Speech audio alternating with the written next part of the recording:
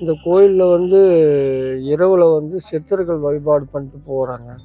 பயங்கரமான ஒரு பூதம் மாதிரி எனக்கு ரொம்ப நாளாக என்னை வந்து அமுக்கிட்டு அமுக்கிட்டு போய்க்கினுது. ஆனா என்னன்னு தெரியல. என்னன்னு தெரியல.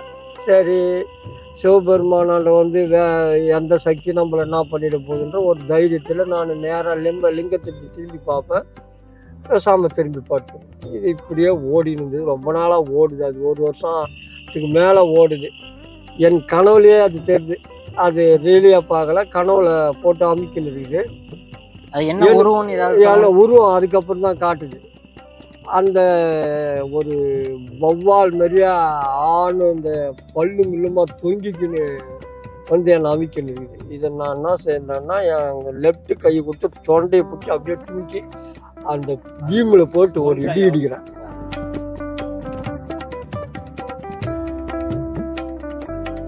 அபிஷேகம் ஆராதனை எதுவும் இல்லாததுனால அது இந்த பூதம் வந்து அது இந்த ஆலயத்தில் வாழ்ந்துருந்துருக்கு.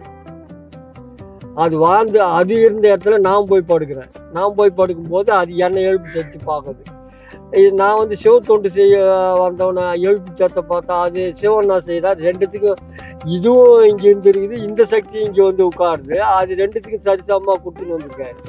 அதுக்கப்புறம் குறிப்பிட்ட காலம் அது வந்து என்னை எழுப்பி தட்ட முயற்சிக்கும் போது அதை நான் முடிவு கட்டுறேன். அதுக்கு அந்த பூதத்துக்கு முடிவு கட்டி வெளியே தட்டுறேன். அப்ப சாமி முடிவு பண்ணிட்டாரு, நீங்க இருக்கட்டும், அந்த பூதம் வேணான்ட்டு முடிவு கட்டி வெளியே தட்டுறேன்.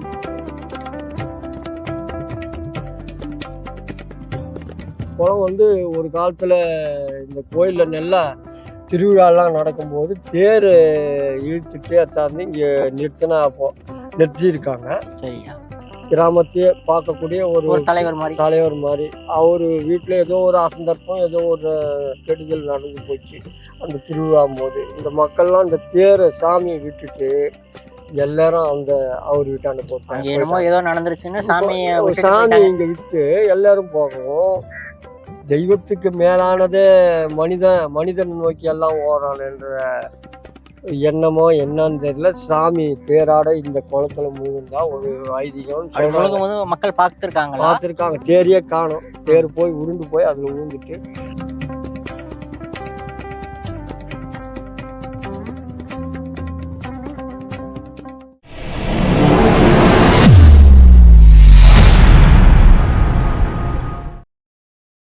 பொன்னேரி பக்கத்தில் இருக்கக்கூடிய 5000 வருஷம் பழமை வாய்ந்த ஒரு சிவன் கோவில் தான் நம்ம பார்க்க போகிறோம். இந்த கோவிலுக்கு பல சிறப்பம்சங்கள் இருக்குது அப்படின்னு சொல்கிறாங்க. வாங்க நம்ம வீடியோக்களை பார்த்து முழுமையாக தெரிஞ்சுக்கலாம்.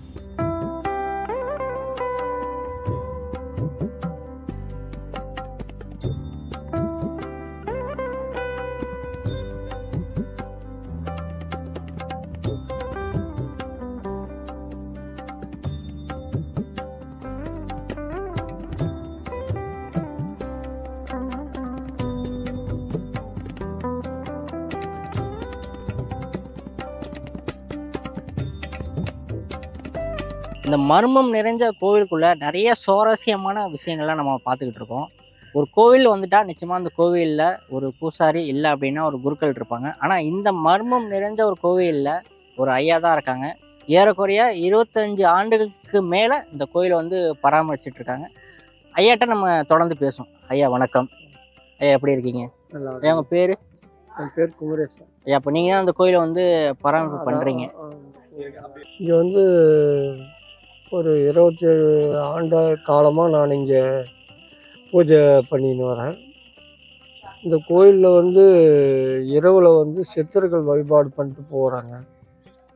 இங்கே வந்து இரவில் இந்த கும்பாபிஷேகத்துக்கு பண்ணுற மாதிரி ஒரு ஐதீகமான குரல் வளம் இரவில் பூஜை பண்ணுற சத்தம் கேட்கும். உங்களுக்கு கேட்டிருக்கு? எனக்கு கேட்டிருக்கு. நான் மனதார அனுபவிச்சிருக்கேன். அதை நல்லா கேட்டே இருக்கேன். எவ்வளோ நாளையா அது பொருள் தொடர்ந்து கேட்டுக்கிட்டே இருக்கும்? அது ஒரு 15 நிமிஷம் 20 நிமிஷங்கள் ஓடி இருக்கு அது போல் அந்த குரல் வளம். அதுக்கப்புறம் இங்கே பெண் சித்தர்கள்லாம் வந்து அந்த தெற்கு சைடு பெரிய கம்மல்லாம் போட்டுன்னு இது வரைக்கும் தொங்குற மாதிரி கம்மல்லாம் போட்டுன்னு வருவாங்களே, அப்பேற்பட்ட பெண் சித்தர்கள்லாம் இரவில் நடந்து போவாங்க. நாம் படுத்திருக்கும் போது ஒதுங்கி உட்கார்றான்னு சொல்லிட்டு நீங்கள் அதை பார்த்துருக்கீங்க? உள்ளால போவாங்க. அப்படி அந்த உணர்வுகளை நல்லா காட்டுவாங்க இங்கே. அதே நேரத்தில் இரவில் நல்ல கனவுலையும் எனக்கு இந்த சித்தர்கள் பூஜை பண்ணுறத நான் கனவுல காமிச்சிருக்காங்க. நிறைய தடவை கனவுல உணர்ந்து பார்த்துருக்கேன். கனவுல எனக்கு காட்டியிருக்காங்க. அவங்க சித்தர்கள் வந்து பூஜை பண்ணிட்டு போவாங்க. அதெல்லாம் கனவுல எனக்கு எத்தனையோ தரம் அதை பார்த்துருக்கேன்.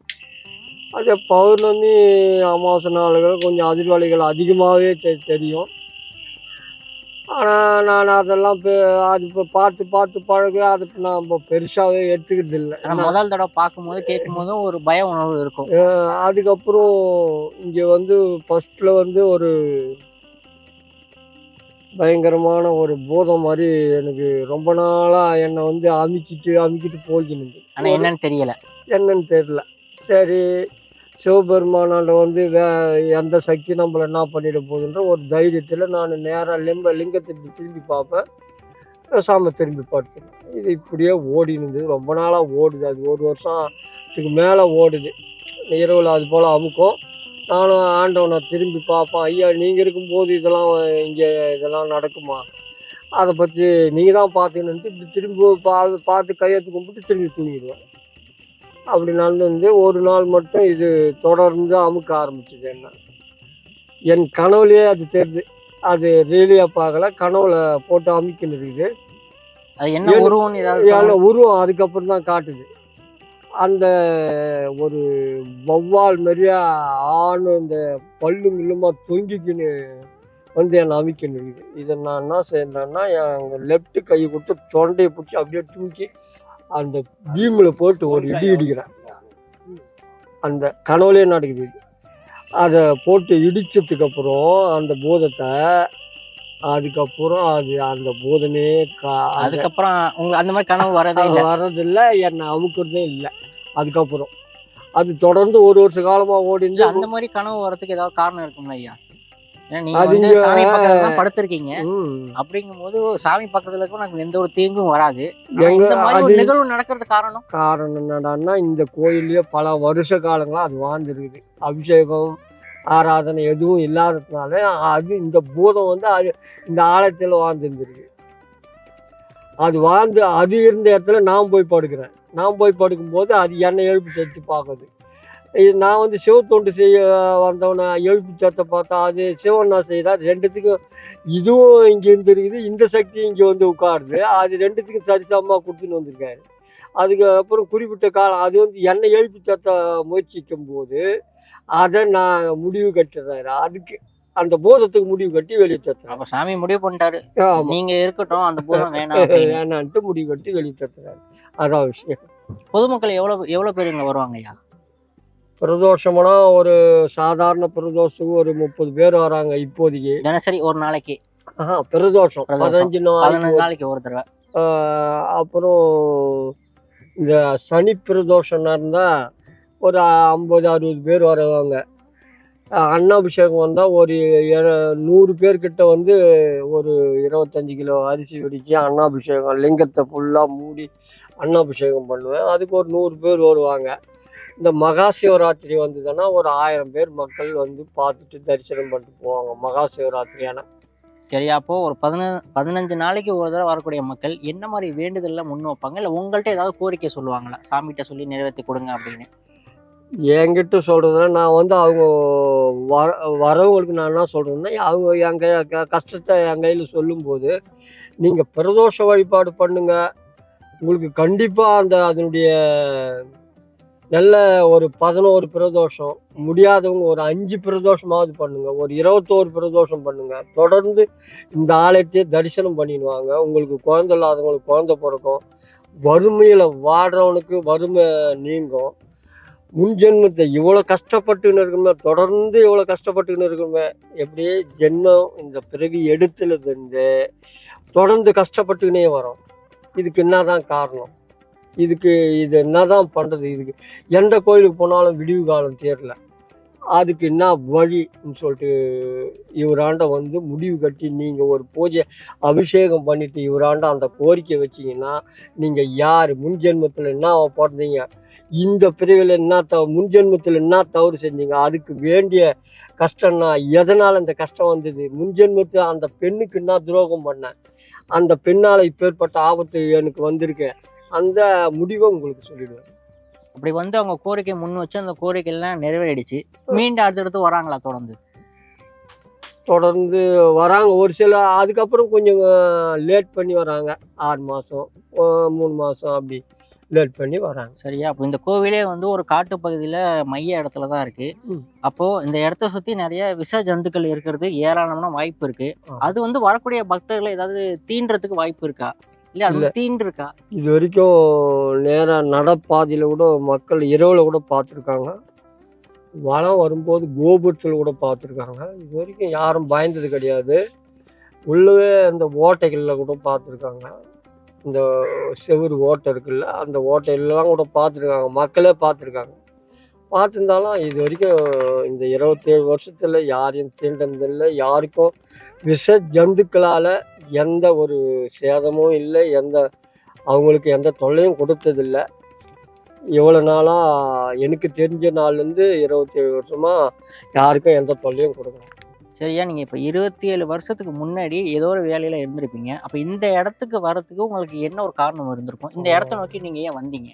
அதாவது 27 வருஷத்துக்கு முன்னாடி ஒரு நாள் 5 மணி, கரெக்டாக 5 மணிக்கு ஒரு கனவு தோணுது. அந்த விடிய காலையில் 5 மணிக்கு. ஆமாம், லிங்க வடிவம்னா சாதாரணமான காட்சியில் அது ஸ்பெஷலாக எப்படி ரீலியாக ஒரு அபிஷேகத்தை பண்ணி, அதாவது கனவு இல்லை, அது நான் ரீலியாக பார்த்த மாதிரி ரீலியாக அப்படியே அபிஷேகம் பண்ணி அந்த ஆராதனையோட அந்த லிங்க வடிவத்தை நான் போய் பூஜை பண்ணுறேன், என் கனவுல வந்தது.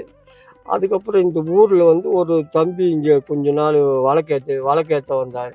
அவர் என்ன செஞ்சார், என்னால் முடியல, நீங்கள் கொஞ்சம் என்னோட மூத்தவங்க, நீங்கள் தான் கொஞ்சம் பார்த்து நீங்கள் தான் அபிஷேகம் பண்ணணும்ன்ட்டு என்னை கூப்பிட்டாராரு. இந்த கனவு வந்ததுக்கப்புறம் அவர் கூப்பிட்டாந்து ஒரு 2-3 மாத காலங்கள் கொஞ்சம் சாமானெல்லாம் வாங்கியாந்து கொடுத்து அபிஷேகம் பண்ண சொல்கிறாரு. அவங்களுக்கு உதவி பண்ணிட்டு இருந்தீங்க? அவங்களுக்கு உதவி பண்ணின்னு இருந்தேன். அவர் என்ன செஞ்சார், கடைசியாக ஏதோ ஜோசியம் பார்த்துட்டு சிவனை கும்பிட்டா என் குடும்பத்துக்கு ஆகாதுன்னு சொன்னாங்க ஜோசியர்ன்ட்டு, அவர் விட்டு வேலைக்கு போயிடுறாரு. இந்த கோயிலுக்கு பக்கமே வர்றதில்லை, அவர் போயிட்டார். அதுக்கப்புறம் ஆண்டவனத்தோட அனுக்கிரகம் நீங்கள் அந்த கோயிலை பார்க்க ஆரம்பிச்சிட்டீங்க. அதுக்கப்புறம் அதுக்கப்புறம் என்ன செஞ்சேன்னா, எனக்கு என்னுடைய வருமானத்தை வச்சு எண்ணெய் கூட வாங்க முடியாது, அந்த அளவுக்கு ஒரு கஷ்டம். கஷ்டத்தில் இருக்கின்றேன். நான் செய்கிற தொழிலேருந்தும் வருமானம் அந்த அளவுக்கு இல்லை. அதுக்கப்புறம் நான் இங்கே போண்டா வியாபாரம் பண்ணியிருந்தேன், முறுக்கு போண்டா வியாபாரம் பண்ணியிருந்ததுனால அந்த எண்ணெய் கடாயில் மிச்சமாகிற எண்ணெயை, அது போண்டா சுட்ட மிச்சம் எண்ணெயை வச்சு தீபம் ஏற்ற ஆரம்பித்தேன். அதாவது பாம் ஆயில், ரீஃபண்ட் ஆயிலில் வழக்கு ஏற்றினாங்க தர்திரம்னு சொல்லுவாங்க, நம்ம வழக்கு ஏற்றக்கூடாது அந்த ஆயிலில். ஆனால் சூழ்நிலை வருமானம் இல்லை, சூழ்நிலை. ஒரு மனிதன் உட்காந்துருந்தா கூட ஒரு ஒளி வேணும் நமக்கு. ஒரு சாதாரணமாக ஒரு குடிசை வீட்டில் உட்காந்துருக்குன்னா கூட ஒரு காடை விளக்கு வேணும், கிருஷ்ணால் விளக்காவது வேணும். அதனால் நான் என்ன செஞ்சேன்னா, அந்த போண்டா வியாபாரம் பண்ண அந்த எண்ணெயை வச்சு ரீஃபண்ட் ஆயில், அந்த காசனை எண்ணெயை வச்சு விளக்கேற்றினேன். அது கொஞ்ச நாள் இப்படியே ஒரு 4-5 வருஷ காலங்கள் ஓடி இருந்தது.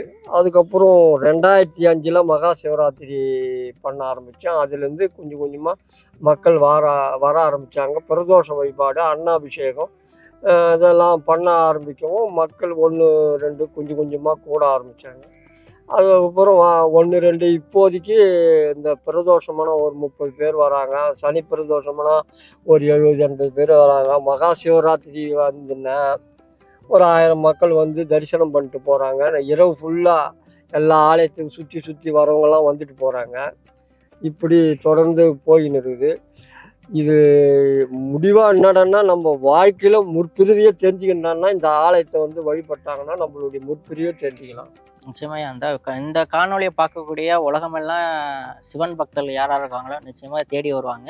ஏன் அந்த குளம் வந்து ஒரு மர்மம் நிறைஞ்ச ஒரு குளம், இந்த குளத்துக்கு நிறைய ஒரு சிறப்பம்சங்களை தாண்டி ஒரு மர்மமான குளம் அப்படின்னு ஊர் முழுக்க பேசுறாங்க. அப்படி என்ன அந்த குளத்துக்கு வந்து ஒரு மர்மம் நிறைஞ்சிருக்கு? அதாவது ஒரு காலத்துல நல்ல சேமமா இந்த ஊர் வாழ்ந்திருக்கு, ஒரு செல்வ செழிப்பா 7 ஊர் சந்தை கூடுமா, ஏழு ஊர் ஏழு ஊர் கிராமத்து மக்கள்லாம் ஒரு நாளைக்கு அந்த சந்தையில் கூடி இங்கே வியாபாரம் ஆகக்கூடிய பொருளுக்கெல்லாம் அவங்கவுங்க வாங்கிக்கின்னு போகிறா போல் ஒரு சந்தை கூடுமா. இது சந்தைப்பேட்டைன்னு ஒரு பேர் இருந்திருக்குது அந்த காலத்தில். அப்படி நல்லா கிராமம் செழிப்பாக இருந்திருக்குது. இந்த ஆலயமும் நல்லா செழிப்பாக இருந்திருக்குது. 7 செக்காடுனா கூட எண்ணெய் கிடைக்காது. 5 சாயிற நேரத்தில், அதாவது மாலை நேரம் வந்தாச்சுன்னா 6 மணி டைம் ஆனால் அது 7 செக்காடுனா கூட எண்ணெய் கிடைக்காதான் வாங்கிறதுக்கு கூட. அவ்வளோ வியாபார ஸ்தலமாக இருந்துதான் ஒரு காலத்தில். இங்கே இருந்த முன்னோர்கள்லாம் இப்போதைக்கு கிடையாது. பழங்குடியாக இருந்தவங்களாம் சிட்டிக்கு போயிட்டாங்க. இங்கே வியாபாரத்துக்கு போதுமான வருமானம் இல்லை, குடும்பத்தை பராமரிக்க முடியல, நல்ல முன்னேற முடியலன்றதுக்காக இந்த வேற இடத்த நோக்கி போயிட்டாங்க. வேற ஸ்தலத்தை ஊரை நோக்கி போய் அவங்க வியாபாரிகள் ஆயிட்டாங்க. இங்கே பழங்குடி மக்கள்லாம் இந்த ஊரை விட்டே போயாச்சு. இது இப்போ இருக்கிறவங்களாம் இப்போதைக்கு ஒரு 400 வருஷத்துக்கு முன்னாடி வந்து சேர்ந்தவங்க தான் இங்கே இருக்கிறவங்கெல்லாம் இப்போதைக்கு. அதுக்கு முன்னாடி இருந்த மக்கள்லாம் இந்த ஊரில் இல்லை. இது வந்து ஒரு 300 வருஷம் 400 வருஷத்துக்கு முன்னாடி இங்கே வந்து சேர்ந்த மக்கள் தான் நாங்கள்லாம் கூட. அப்போ அந்த குளத்துக்கு ஒரு இந்த குளத்துக்கு என்னடான்னா, இந்த குளம் வந்து ஒரு காலத்தில் இந்த கோயிலில் நல்லா திருவிழாலாம் நடக்கும்போது தேர் இழுத்துட்டு அத்தாந்து இங்கே நிறுத்தியிருக்காங்க. சரியா. இது வந்து குளம் நல்லா ஆழமாக திரிக்குளமாக இருந்துருக்குது. திரிக்குளம்னா கருங்கல்லால் படிக்கட்டாக கட்டி நல்லா சரிவாக கட்டி இருக்கும். அதான் திரிக்குளம்னு சொல்லுவாங்க. நம்ம பெரிய பெரிய ஆலயத்தெல்லாம் நம்ம மயிலாப்பூர்லாம் போய் பார்த்தீங்கன்னா கூட குளம் இருக்கு இல்லையா, அது படிப்படியாக இல்லையா, அது போல் ஒரு பெரிய குளமாக இருந்துருக்குது. இந்த குளத்துல வந்து இந்த தேர் போய் இங்கே நிற்க வச்ச தேர் அந்த கிராமத்துடைய பெருதானக்கார வீட்டில் பெருதானம் பண்ணுறாருன்னா, இந்த கிராமத்தையே பார்க்கக்கூடிய ஒரு தலைவர் மாதிரி அவர் வீட்டில் ஏதோ ஒரு அசந்தர்ப்பம், ஏதோ ஒரு கெடுதல் நடந்து போச்சு அந்த திருவிழா போது. இந்த மக்கள்லாம் இந்த தேரை சாமியை விட்டுட்டு எல்லாரும் அவர் வீட்டாண்ட போட்டாங்க. ஏதோ நடந்துருச்சுன்னு சாமி இங்கே விட்டு எல்லாரும் போகவும், தெய்வத்துக்கு மேலானதே மனிதன் நோக்கி எல்லாம் ஓடுறான்ன்ற எண்ணமோ என்னன்னு தெரியல. சாமி தேராட இந்த குளத்துல முழுகுந்தா ஒரு ஐதீகம் மக்கள் பார்த்துருக்காங்க. தேரையே காணும். தேர் போய் உருண்டு போய் அதுல ஊந்துட்டு இந்த குளத்திலேயே முழுகினதாக சொல்றாங்க. அது நம்ம வந்து இப்போதைக்கு இதுதானே.